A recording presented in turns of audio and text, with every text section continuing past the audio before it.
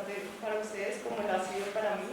Realmente he aprendido muchísimas cosas alrededor de Humboldt, catas, smoothies, con plan, los viajes alrededor de Colombia, las diferentes visiones, ahorita con Edu y la parte de geología, paleontología, pero también la parte más histórica, la parte de la interacción, un poco complicada también, digamos, entre Moody's y Humboldt en ciencias. Sí, bueno, es cierto, en ciencias a veces todo es complicado. Entonces hemos tenido diferentes miradas alrededor de este tema y pues en mi caso he aprendido muchísimo. Y algo que me llama mucho la atención es la forma como hacemos ciencia, como tú lo dices, es complicado. Y parece que ha sido algo recurrente desde hace mucho tiempo, ¿no? Cuando somos como co-investigadores, cuando hay competencia, cuando hay problemas de publicar algo sin referenciar a alguien, y esto es algo que pasa pues digamos en nuestro diario quehacer, que yo quisiera pensar que ha cambiado, que es distinto, que hoy en día somos más colaborativos, más abiertos, tal vez haya menos de estos problemas, pero tal vez soy un poco ingenua y creo que la ciencia está migrando a a una visión un poco distinta. Y ahorita hablando con Edwin me decía, hay varios casos en los temas que él aborda de geología y paleontología, y me gustaría que habláramos un poco más alrededor de este tema. Sí, esto pasó hace exactamente 7 años acá en Colombia, en Villa de Leyva en particular. Una investigadora colombiana estaba trabajando en un fósil y pues obviamente dentro de su buena fe abre las puertas para que se tomen algunas fotos por otro investigador extranjero, pero no hubo de pronto en ese momento una obra de buena fe y no hay un marco, dijéramos, claro de bueno, ¿y qué vas a hacer con estas fotos? No, sino simplemente este investigador tomó las fotos. Vaya sorpresa cuando después de 3 meses la publicación sale ya en el journal y todo. Entonces obviamente fue un caso bastante difícil para esta investigadora porque era su trabajo de muchos años y pues ella no le dio permiso de publicar, ella simplemente le dio permiso de tomar unas fotos. Entonces yo creo que también tiene que ver mucho con lo que hacemos los científicos. A veces no tenemos en cuenta que hay que poner de pronto sí ciertas condiciones o ciertos términos a lo que hacemos o al diario que hacer. Entonces esa es una como experiencia de lo que pasa actualmente. Muchas gracias. Muchas gracias, Edwin. También me gustaría preguntarle al doctor Amaya, pues creo que tenemos una idea de cuál debería haber sido el proceder correcto de Humboldt al publicar esto, pero me gustaría que nos contaras un poco como qué es lo que debía haber hecho, referenciar cada una de las láminas, ponerlo en los agradecimientos, cómo se debería haber abordado esto correctamente. En primer lugar, quiero señalar que, paradójicamente, para muchos de ustedes probablemente, todo lo que soy se lo debo a Humboldt. A los 17 años leí su autobiografía y leí un comentario de su hermano Wilhelm y me llamó mucho la atención la idea de que es posible, de que tenemos la libertad de hacer una carrera y de que la vida puede ser una arquitectura conforme a un designio. Y personalmente yo decidí dedicar mi vida a estudiar la expedición botánica y quiero garantizarles que jamás he escrito nada diferente a eso. Y teniendo siempre muy presente el ejemplo de Humboldt, que desde los 17 años, porque cuando yo leí a Humboldt tenía en la biografía de Hanno Beck, que era la referencia en la época, cuando Humboldt decide consagrar su vida al estudio del cosmos, tenía justamente 17 años. Ahora, ¿qué es lo que...? Es decir, a los historiadores nos interesa consultar documentos con base en problemas. No compilar documentos ni comentar documentos, sino estudiarlos, analizarlos, ir más allá de eso. Como historiador, a mí no me interesa ni, es decir, destacar la figura de Humboldt, ni considerar a Mutis pobrecito, sino analizar lo que ocurrió como un médico se enfrenta con una hernia o con un cáncer, y con la fascinación de seguir lo que fue eso en el siglo XVIII largo colombiano, y sin ponerlo, ojo, en relación con el presente para hacer política. Yo diría eso, yo diría, porque es muy importante en el historiador, y creo que se olvida cada vez con más frecuencia, que debemos sumirnos en el pasado y en las referencias del pasado. El resto, es decir, la relación con el presente, es indispensable, pero como algo inconsciente, y probablemente en esa interpretación se filtran elementos, es decir, de los que yo no tengo conciencia, pero no me interesa ni exaltar a Mutis ni rebajar a Humboldt en absoluto. Muchísimas gracias. Yo quisiera, ya que el diagnóstico está hecho por José Antonio, ofrecer un tratamiento. Me parece que en vez de sufrir, Edwin, como eventualmente sufre cada científico con el problema de la prioridad, deberíamos entender la ciencia como una construcción colectiva y no preocuparnos con la prioridad. Yo he visto que los indígenas construyen con el anonimato del nombre del constructor, y es una construcción colectiva, hacen unas mingas. Yo pienso que tenemos mucho que aprender, y me parece muy difícil tratar de defender prioridades. Está muy bien que los historiadores juiciosos, como José Antonio, pueda revelar un conflicto que se dio, o, como yo les mostré, con una citación más o menos completa de las obras de Humboldt, pero yo propongo ese tratamiento. Es muy difícil porque a nosotros nos miden, no Hernando García no es Humboldt, pero en las universidades sí nos miden por producción científica y de artículos. Ese problema de esa compañera tuya no hubiera sido problema en el Humboldt. Allá no le van a reclamar que por qué no publicó, allá le van a felicitar porque puso en evidencia una muestra. Entonces yo propondría un tratamiento que es abrir las puertas a un concepto que se llama el palimpsesto, pero no el palimpsesto problemático de lo que uno escribe sobre los que otros han escrito, sino que escribe gracias a lo que otros han escrito y en el anonimato. Si todos podemos ser una sociedad colectiva, no vamos a sufrir con eso.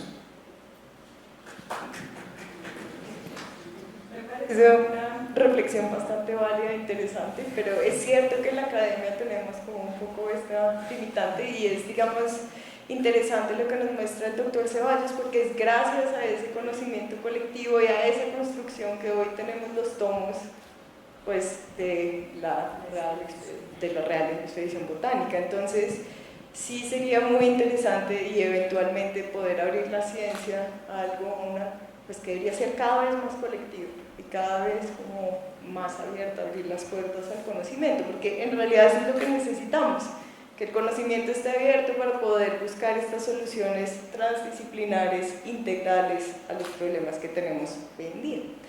Y hablando un poco de estas soluciones, es listo, como tenemos todos estos retos, entonces todas estas amenazas, ¿en qué nos es útil el legado científico de Humboldt y Mutis para poder abordarlas? Entonces, Hernando, quisiera empezar contigo porque mencionaste algunas cosas importantes en tu charla de todas las conexiones que haces con Humboldt y lo que está haciendo ahorita el instituto, pero listo, tenemos estas amenazas, ¿cómo nos movemos adelante con todo este legado de historia?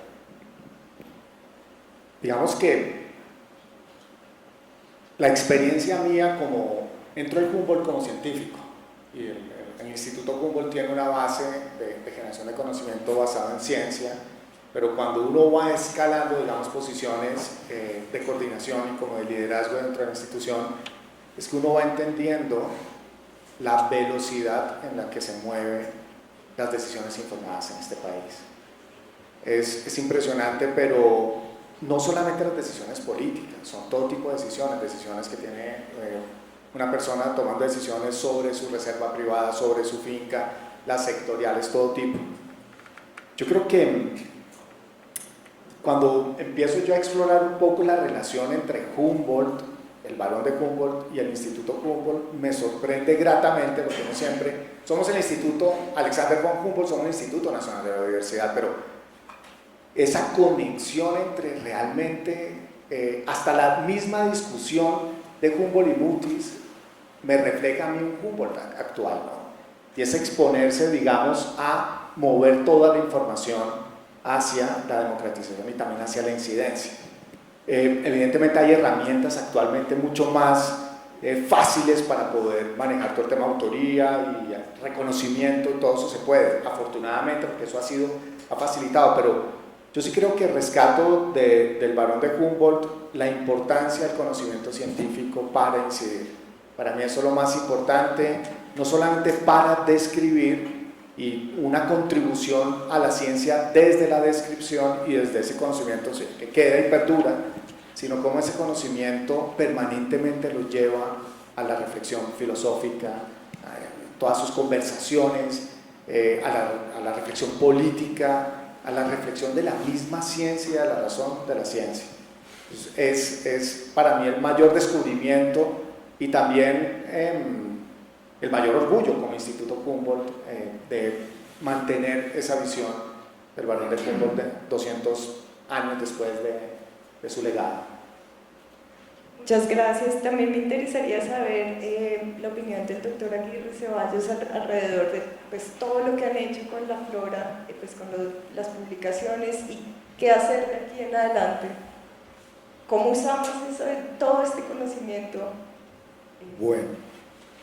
Bueno, una de las cosas, uno de los temas que más he aprendido en escrutar todo lo que ha sido la historia de la expedición botánica y de otros investigadores que vinieron al país es que es fundamental que en Colombia aprendamos y nos acerquemos un poco a la historia de nuestro país.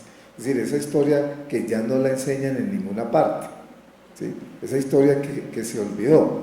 Hay un punto muy importante del papel de la expedición botánica que no se ha analizado mucho o no nos hemos ocupado en un foro como este, de hablar de políticamente qué fue lo que pasó ahí, cuánto fue la incidencia de Mutis con todas estas personas, con Caldas, con todos los que trabajaron ahí.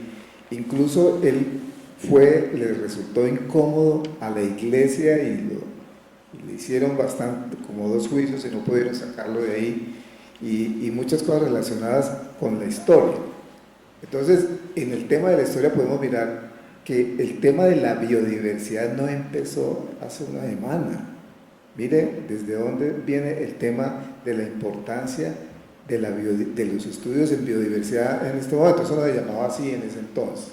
Estudio de la diversidad biológica, pues son términos de los inventarios y la valoración e importancia de la diversidad y el capital natural que tenemos en Colombia es más bien reciente. Pero ¿a dónde se remonta? ¿Qué ha pasado de allá a acá y qué tenemos en este momento?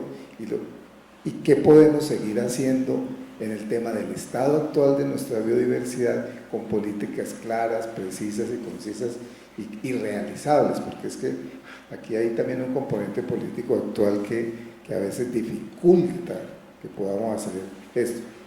En ese sentido, más o menos acercándonos a esa idea, estamos pensando con el instituto, con el ICANN, repetir de alguna manera la ruta de la expedición, pero también con un componente educativo muy alto, que podamos llegar a las comunidades y decirles qué pasó ahí y qué tenemos ahora y qué resultados podemos mostrarles de lo que sucedió en ese entonces y decirle a la gente, mire, aquí tenemos esto, esto es importante y necesitamos que nos ayuden a conservar el capital natural de nuestro país.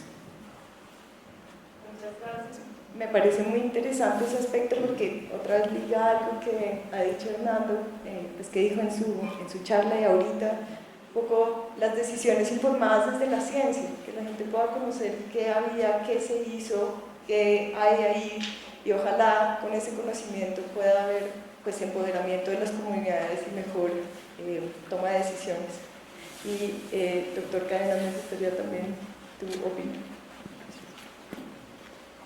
Yo creo que lo que dice es, por ejemplo, yo me puse a pensar cuando escuchaba a Hernando la temática, por ejemplo, de los páramos, que es un tema candente en Colombia, páramos, fracking, deforestación. Estaría pensando Humboldt, o qué aprendemos de todo lo que hizo Humboldt que podamos usar. Y sí, yo creo que a lo largo de todas las charlas lo que vimos es conectividad, ¿sí? Compartir el conocimiento, abrir el conocimiento, discusión, ¿sí? Porque no podemos sentarnos en que es solo una posición, sino ver todas las posiciones desde diferentes puntos de vista, desde la biología, desde la geología, desde el clima, y poder encontrar la mejor opción, ¿sí? Puede que de pronto el fracking no sea la mejor opción para tal zona, pero de pronto podríamos probarlo en algún punto en particular. No estoy diciendo que sea bueno o que sea malo, pero hay que analizarlo, no entrar de lleno a negarse a alternativas. O por qué delimitar acá y no delimitar más arriba, teniendo en cuenta factores como lo mencionaba Hernando, sociales.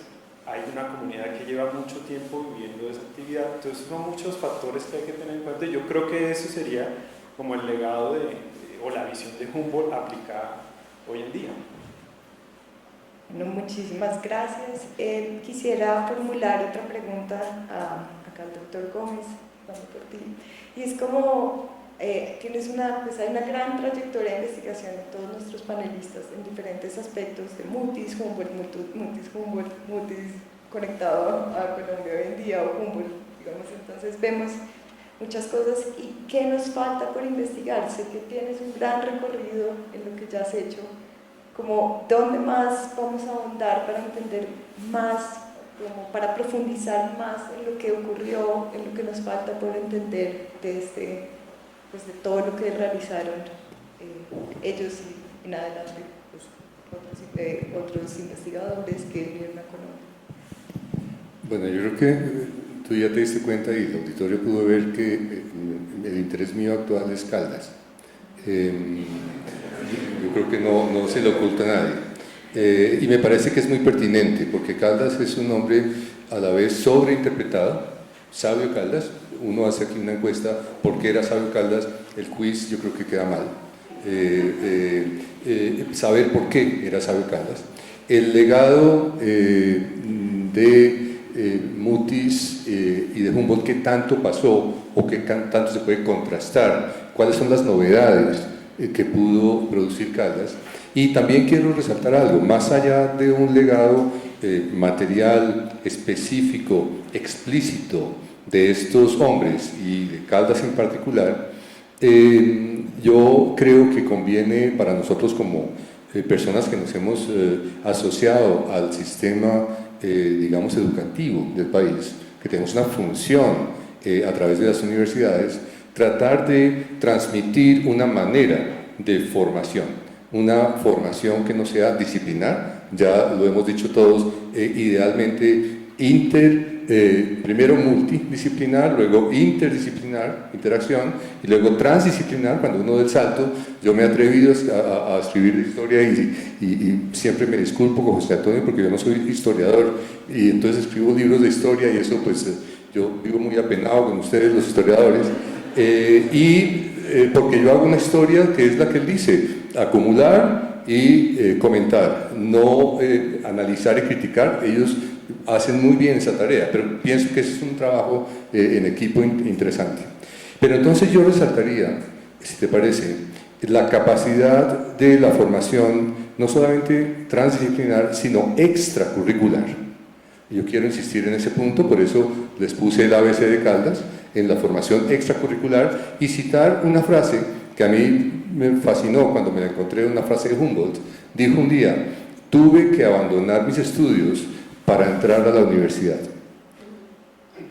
Yo los dejo con esa frase.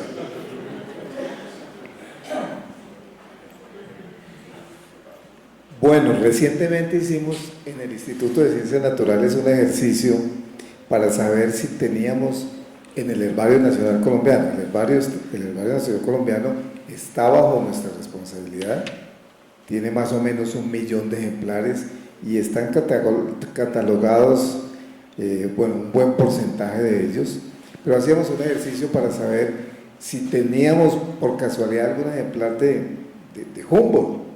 Realmente no tenemos nada,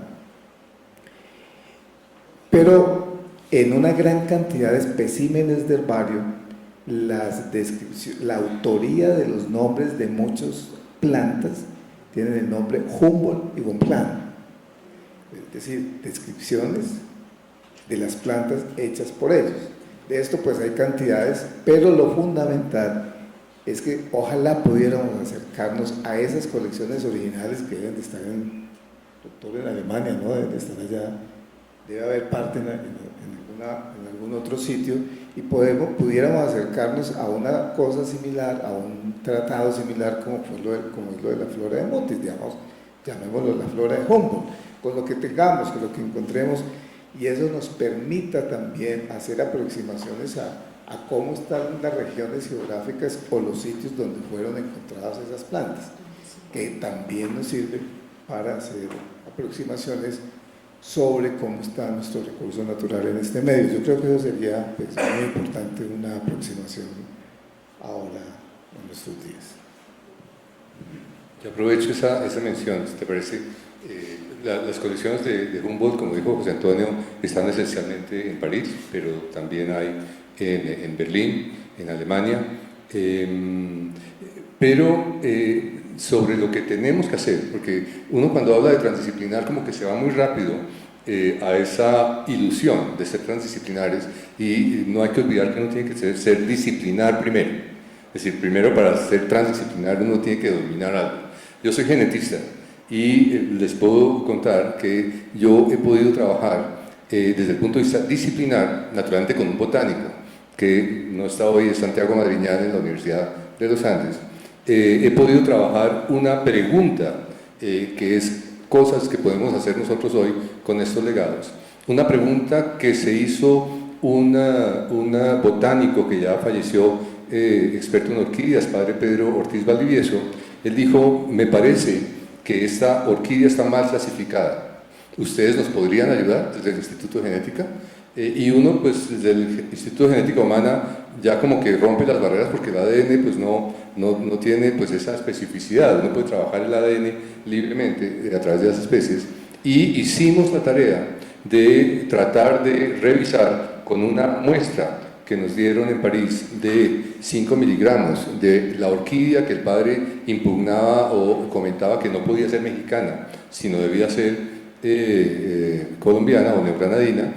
Pudimos comparar el ADN de esa exicado que está en París con el ADN de las plantas de la Oncidium ornitorrinco, que era la orquídea que él veía mal clasificada local, y compararla con una Oncidium que se había reportado como ornitorrincum en su momento en México, en la localidad que ellos habían publicado con Kunt. Y logramos entonces una identidad. Entonces, al nivel disciplinar, tenemos muchas preguntas que resolver y tenemos nuevas herramientas. Esa idea de qué estaría haciendo Humboldt ahora, trabajando con nuevas herramientas, me parece muy pertinente. Yo creo que nosotros tenemos un legado inmenso en diferentes disciplinas que podríamos estudiar, entre otras los mastodontes. No fue realmente el primero en Imbabura, aquí en Soacha había mastodontes. Fue el primero de Ecuador. El primero en El Ecuador. primero en Ecuador. Fue el primer fósil descrito en Ecuador. Desafortunadamente, Edwin, se han perdido esas muestras, un poquito como las láminas de José Antonio, que mandaron a Cuvier, llegaron allá al Museo de Historia Natural y uno va allá y no se consigue. Lo único que hay expuesto es un colmillo de un mastodón Humboldti. Mucho de los fósiles de Ecuador ha hecho un trabajo muy ejemplar que deberíamos seguir y deberíamos hacer acá en Colombia, pienso yo, en repatriar todas esas colecciones, que eran parte de esas colecciones que estaban en París o en Berkeley o en muchos otros lugares, están siendo repatriadas. Algo que el Servicio Geológico actualmente en Colombia quiere hacer, ¿sí? Y yo creo que es vital tener eso, poder tener nuestro patrimonio de vuelta acá a Colombia y tener investigadores colombianos haciendo ciencia con las herramientas modernas en estos fósiles que fueron descritos o encontrados hace muchos años.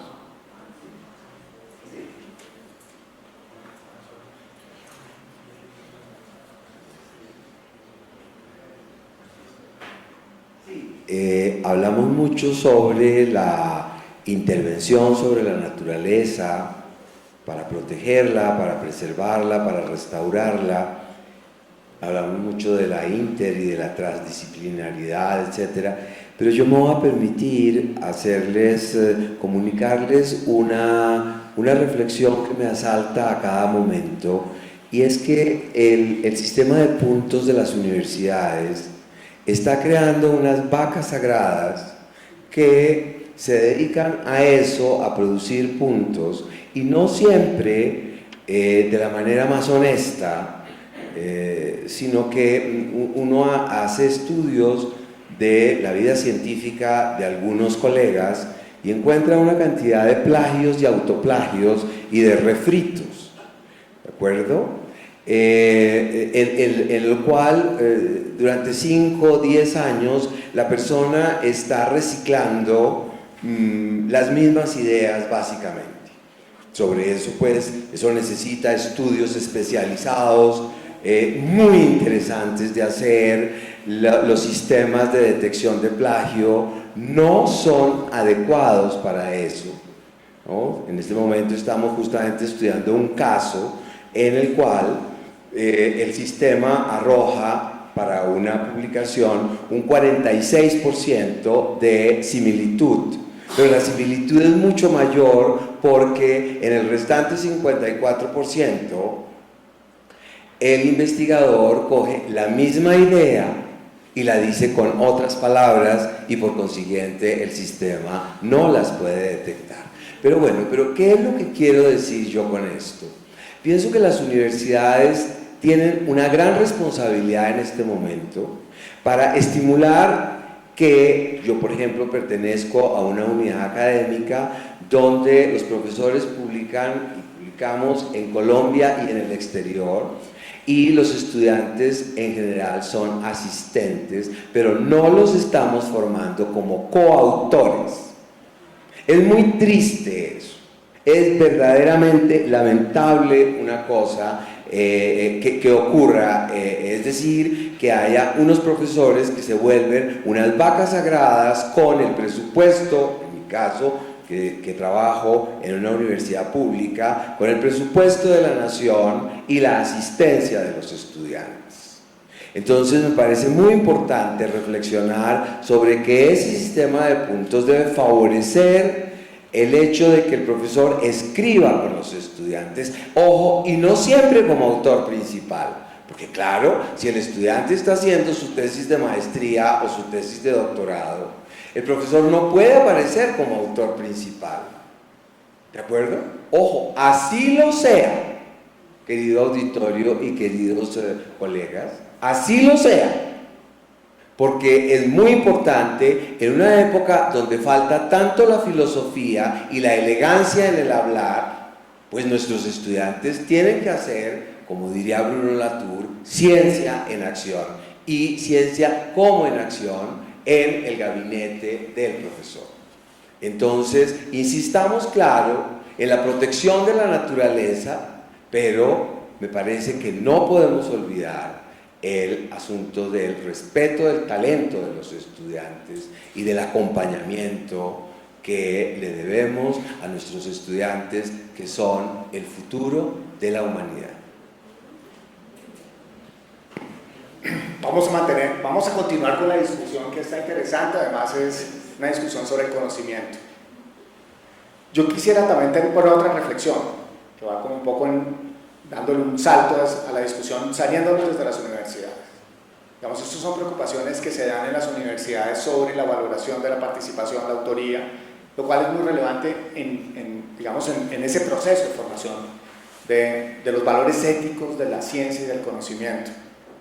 Pero precisamente estábamos discutiendo la semana pasada, salió un artículo liderado por Nicolás Urbina, que es un profesor de la Universidad Javeriana, con participación de varios investigadores, hay varios investigadores del Humboldt, sobre la importancia de las redes de conocimiento sobre artículos publicados sobre distribución de especies. Creo que salió la semana pasada.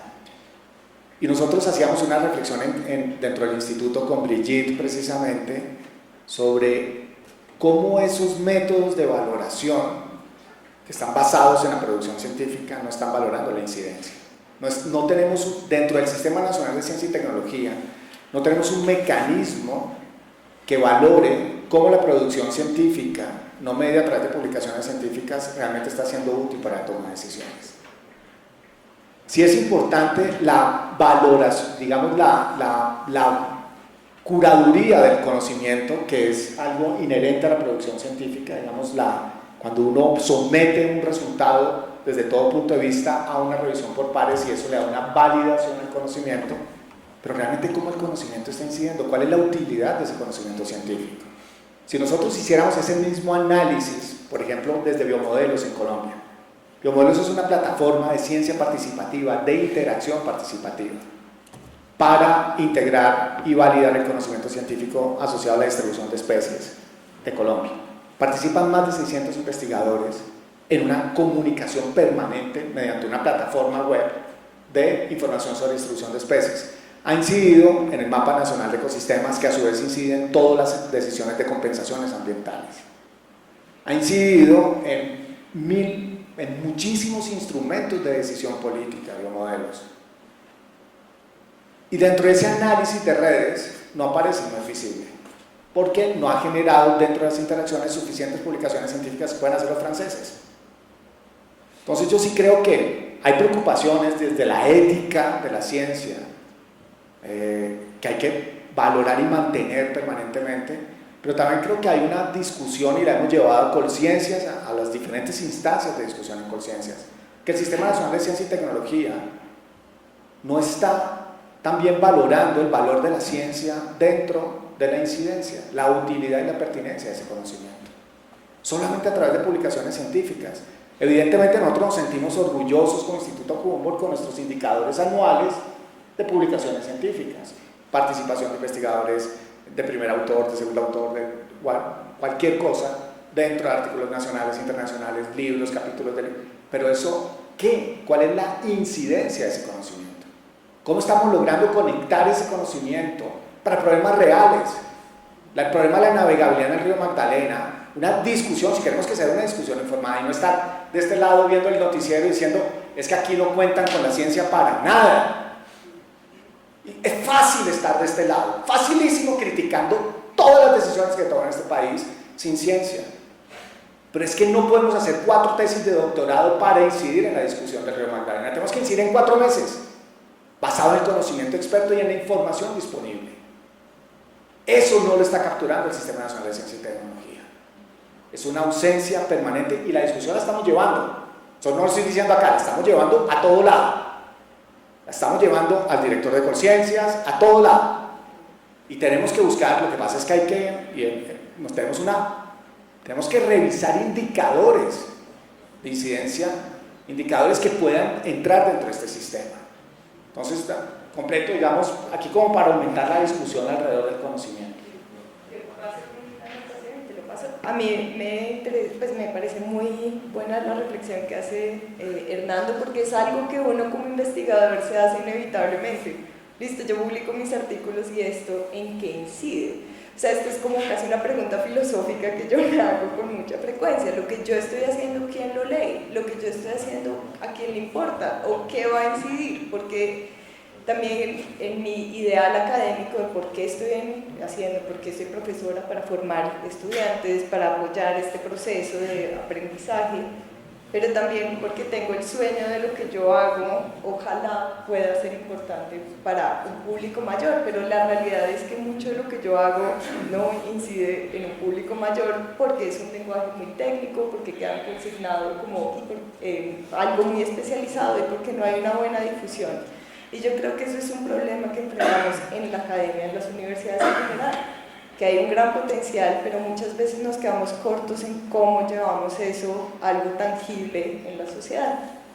Yo quería aportar algo, entonces es simplemente generar, es un reto entre la academia y la parte ya, dijéramos, aplicativa de cómo conectar esos dos y cómo hacerlo efectivo y dinámico.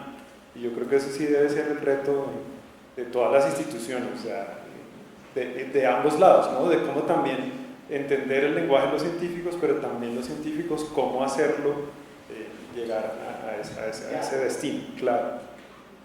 Sí, yo, es decir, se puede pensar en un producto científico que se publica y pues uno entonces se pregunta cuál es la incidencia social o política de ese producto. Pero se puede pensar de otra manera también, y es que la ciencia es un proceso y que es en el curso de ese proceso en el cual los equipos de investigación deben ponerse en contacto con las escuelas públicas de primaria y de secundaria, y por ejemplo en mi caso, que hago historia, cómo el proceso de mi investigación puede incidir con 3, 4, 5 conferencias que yo dicte durante un año en una escuela pública, donde le explique a profesores y estudiantes, sin ser demasiado ambiciosos, qué es lo que estoy haciendo, cómo lo estoy haciendo. En el Museo Nacional me preguntaban, con motivo de la organización del Bicentenario, ¿cómo hacemos para llenar las salas del museo que permanecen vacías cuando pagamos eventos que son extraordinariamente costosos? Y les decía yo, pues eso es necesario contractualmente suscribirlo con el investigador que va a hacer una exposición o que va a dictar una conferencia. En el proceso de preparación, él tiene que traer el público. ¿De acuerdo? Él tiene que traer el público, no solamente el producto, es decir, la inseminación a la sociedad forma parte del producto de la investigación. De nuestro público, voy a dejarle. He estado muy atenta a todo el seminario, encantada, he aprendido muchísimo, pero quiero hacer una sugerencia en este momento. Ya los oímos a ustedes, el panel ha sido muy enriquecedor, pero para aplicar lo que ustedes nos han dicho, ¿por qué no miramos al público que aquí a ver si nos dan otras razones, otros elementos para mejorar? Claro, acá me acaban de consignar algunas preguntas, digamos, del público. Es que hay preguntas del público. Ya hay algunas preguntas acá. La idea era que el público consignaba las preguntas en papelitos, pero hasta ahora me llegaron, pues teníamos uno de hacer. Pero también podemos hacerlo abierto a que ustedes hagan el audio. Prioridad a los que escribieron. Perfecto. Hay una pregunta para Ed, de la presencia de monitas en Villa de Leyva, que si eso evidencia que esta zona era la costa o el sitio más profundo de un gran mar. Sí, durante gran tiempo de la historia de Colombia estuvimos sumergidos en el mar, gran parte de Colombia estuvo sumergida en el mar, lo que fue casi desde finales del Jurásico, más o menos 250, hasta finales del Cretácico, 66 millones de años. Mejor dicho, estaríamos aquí, salíamos a 2 kilómetros, estaríamos en una playa muy bonita, Y toda esa secuencia de rocas y todos esos fósiles que evidencian la existencia de este mar van desde Villeta un poco en el sur, en el Magdalena Medio, hasta más o menos en el norte, Zapatoca, Guane, y obviamente Villa de Leyva es uno de los mejores lugares para encontrar este tipo de evidencias marinas, no solo de amonites, sino el mejor lugar en Colombia para encontrar reptiles marinos y el único lugar en Colombia que tiene dinosaurios hasta el momento. El único dinosaurio de Colombia está en Villa de Leyva.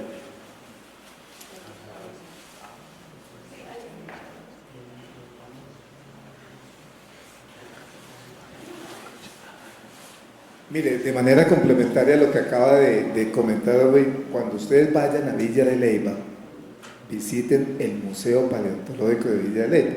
Ese museo pertenece a la Universidad Nacional y últimamente ha estado en unos procesos de transformación muy interesantes.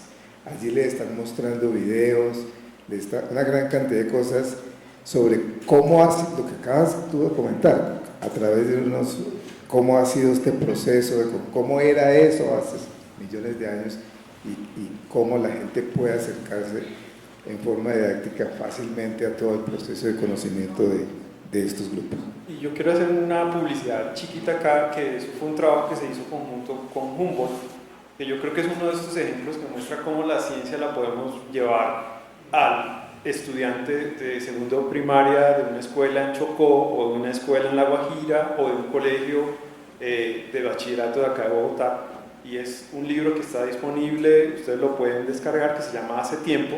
Hace Tiempo refleja la historia evolutiva de Colombia y ahí básicamente plasma todo el trabajo científico de muchos paleontólogos en los últimos 20 años, traducido en un lenguaje muy dijéramos, a nivel de Colombia, de entender tiempo geológico en una cancha de fútbol, de entender qué fósiles tenemos en lugar de estar pensando en el Tyrannosaurus, pensar en la Titanoboa. Entonces yo creo que esos son ejercicios de esto que hablábamos, de cómo conectar la ciencia a la sociedad.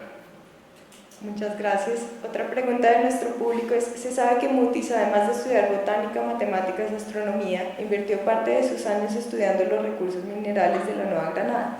¿Qué tanto se sabe de los aportes de Mutis en el campo de la mineralogía? Y esto es abierto al que quiera responder. Bueno, pues las colecciones de minerales están en el Jardín Botánico de Madrid sin estudiar.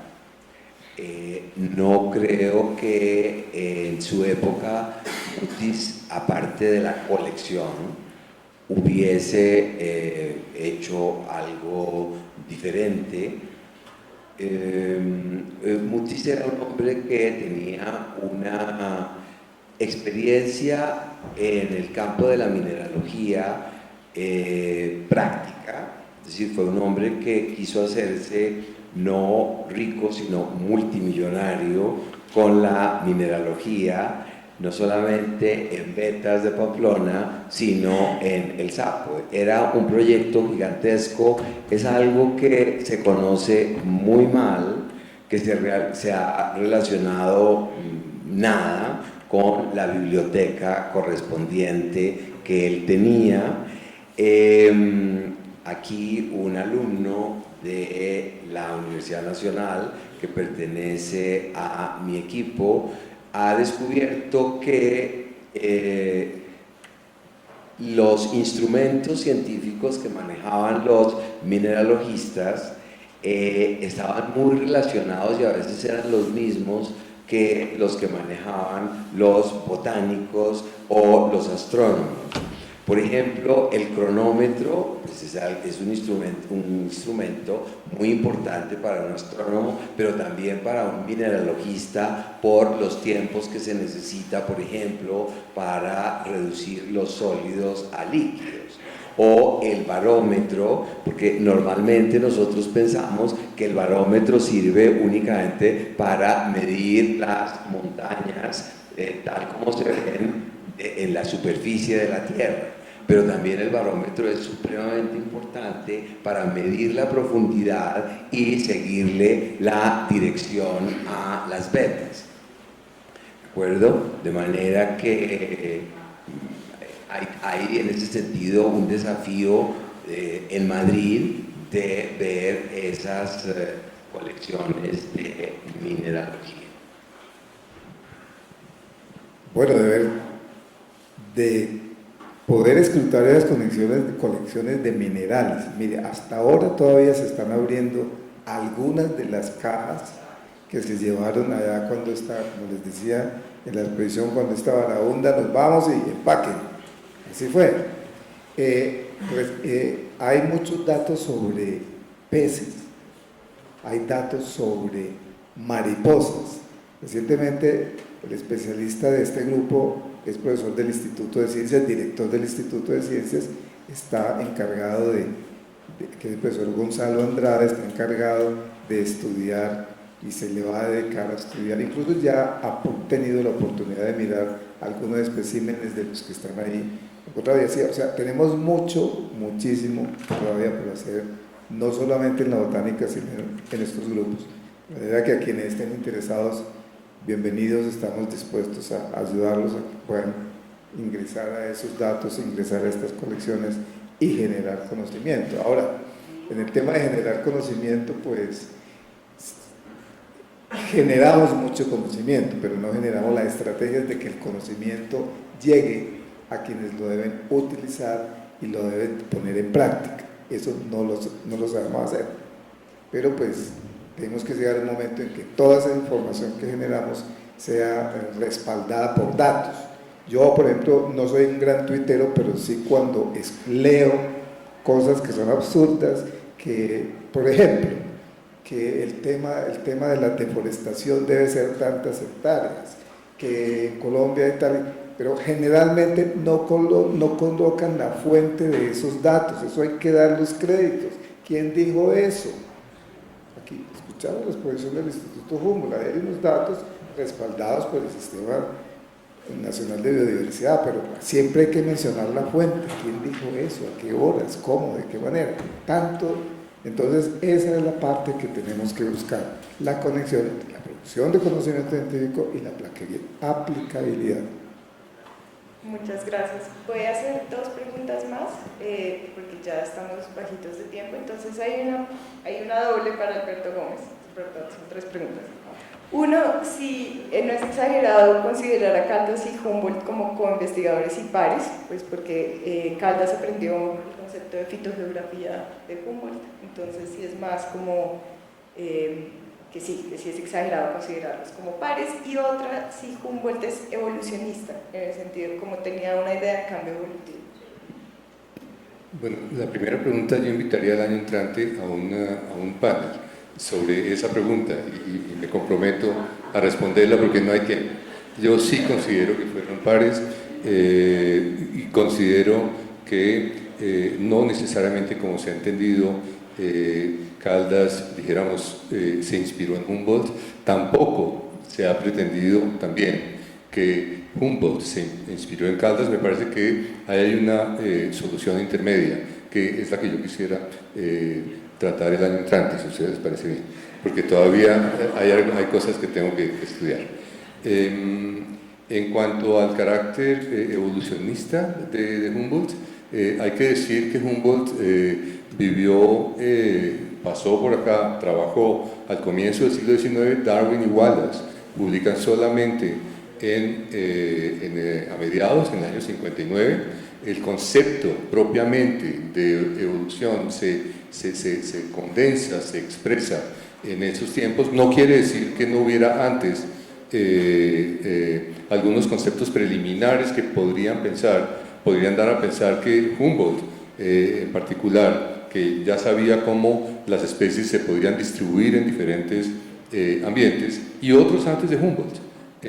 Por ejemplo, los jesuitas de la colonia, José Gumilla, José de Acosta, de tal manera que si ustedes ven la obra El origen de las especies de Darwin, ustedes van a ver cómo Darwin cita algunos antecedentes que para él fueron importantes.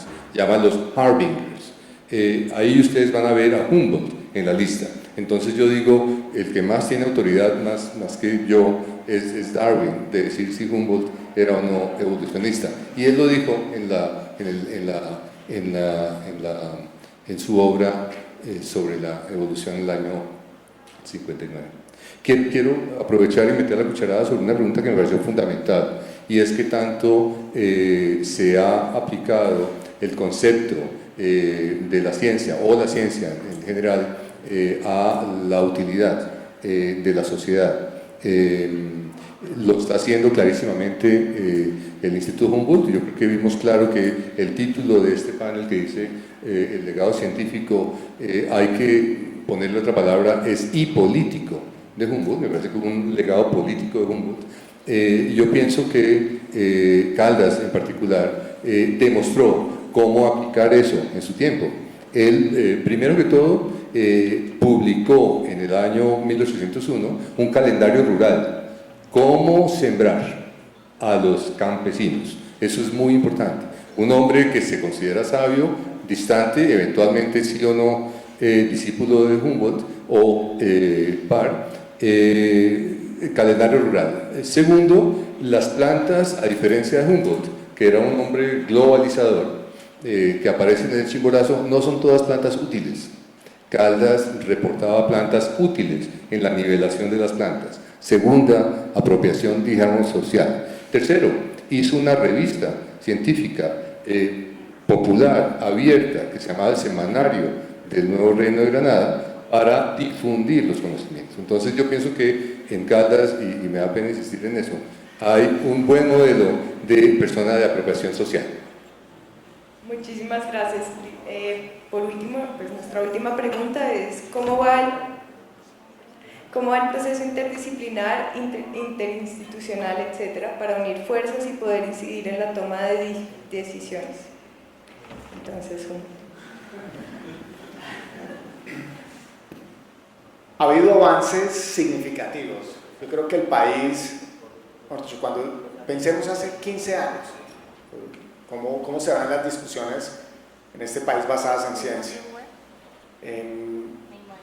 Yo creo que no es que estuviéramos muy ausentes, pero no teníamos tanta importancia en las discusiones. No sé si ha incidido también el manejo de redes, que reclama una discusión cada vez mucho más informada, y claramente una discusión, cuando se da y hay información científica en la mesa para dar la discusión, la sociedad tiene mucho más tranquilidad en los resultados de esa discusión. Eso es algo que percibo con claridad. Y creo que también el mismo avance en tecnologías de la información para hacer disponible el conocimiento y para ampliar discusiones también ha favorecido esa situación. Pero y cuento de nuevo, es que hay muchas anécdotas, pero a mí me gusta mucho en la que estamos en este momento, y es como a comienzos de enero, finales de enero tal vez, la ministra de Transporte llama al Instituto Humboldt preocupados por una discusión muy desinformada sobre las consecuencias que podría tener las obras de navegabilidad sobre el recurso pesquero y el bienestar de las comunidades ribereñas del río Magdalena. Pero es la ministra de Transporte la que reclama, digamos, la mejor información para llevar una discusión con aviación.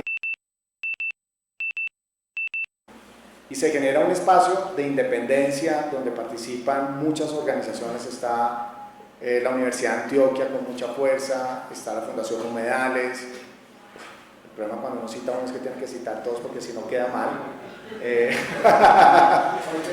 Sí, hay más organizaciones, pero han participado la Universidad del Norte y en muchos otros espacios, digamos, como liderando esta discusión, pero también se empieza a integrar todo ese conocimiento, se generan los productos de síntesis, se lleva toda una discusión que está sobre 600 kilómetros, inicialmente a 60 kilómetros, que es donde es la parte más crítica de intervención de las obras y de las comunidades ribereñas, y de eso se incorpora la visión de los pescadores. Se convocan 18 líderes de asociaciones de pescadores del río Magdalena a revisar y a discutir la información científica, y se logra identificar 9 puntos críticos.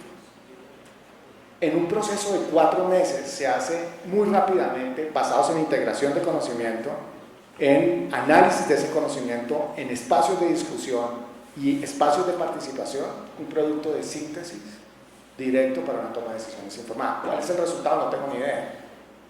Pero lo que sí sabemos es que la discusión va a estar informada. La decisión política es otra, pero la discusión, y como sociedad sabemos que la discusión cuenta con la mejor información disponible. Y ya no nos pueden decir es que el resultado es distinto, porque sabemos que la información está. Yo creo que sí hemos avanzado como país muchísimo, y como, digamos, como ambientalismo, no, o sea, el ambientalismo ha ganado mucho espacio desde la reacción, como señalando el problema y llamando a la atención, pero también un ambientalismo desde la ciencia, en poner su conocimiento en la discusión. Bueno, muchísimas gracias.